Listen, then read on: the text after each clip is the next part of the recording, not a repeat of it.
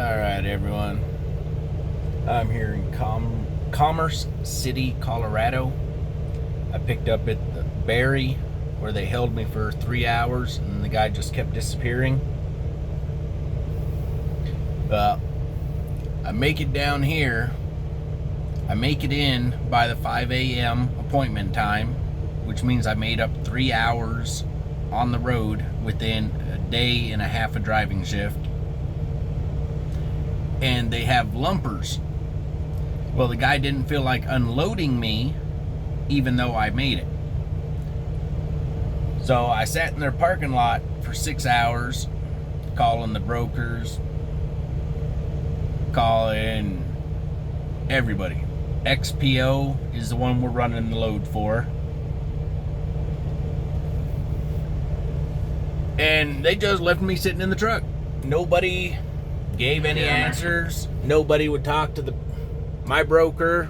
Nobody would even answer the phone when Landstar customer service was trying to get a hold of them. So finally I just walked inside, talked to the secretary lady. She's like, "Oh yeah, you're close to 15 hours early for your appointment." I said, "No ma'am, I got it right here on my Raycon. I had a last night appointment. Guy refused to unload me." "Oh, I'm sorry. You got a 7 o'clock at night appointment. You're early. That's why they won't unload you." So I called Landstar customer service back. And they started a report on them. They're running the numbers on this. They think that because they chose not to unload me last night, that they're gonna take money away from the Raycon that we agreed on because they consider it a missed appointment, even though I had the XPO tracking app, which I logged in on time. I have the Landstar 1 app, which I logged in on time, which are both GPS enabled to prove I was sitting there.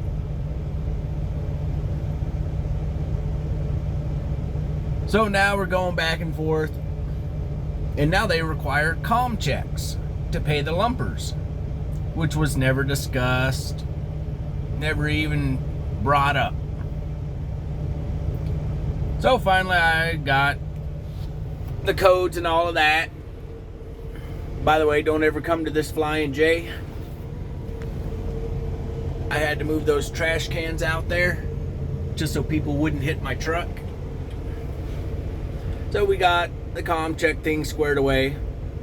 It's $220 minimum because I have what's called a squeeze load, where they go in and it's like a spatula. It goes underneath the cardboard, everything's deck loaded, and they lift it up. And on top of that $220, it's $20 per pallet that they feel needs to be restacked. These are 2 square items stacked on top of each other the entire length of the trailer. 30 stacks. So they have an estimated possible $600 extra worth of charges that they can just come up with just for fun. Doesn't matter to me.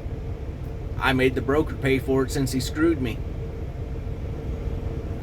Now the broker's sending me new Raycons where he's taking money away from the line haul, trying to give me an extra $50 for deadhead miles when I got kicked off the property this morning to come here. They think $50 is gonna cover 15 hours of me not working. I told them that's very simple. Landstar's on it. Landstar's got the whole story. They got all the paperwork. They got all the electronic signatures. I'm getting my money. XPO, I will never haul freight for you again. McLean Foods, if this is how you treat drivers, no wonder all of your trucks look like crap. Your trailers are just beat to death. You have no respect for the industry. You have no respect for your drivers. And they have no respect for you or your equipment.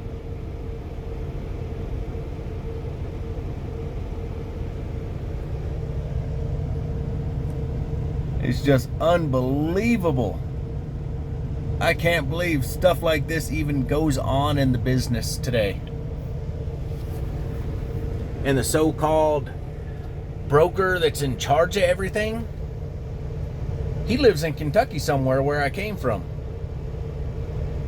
He straight refuses to answer the phone, return emails. One day he's going to get got, and when he gets got, it's going to be good.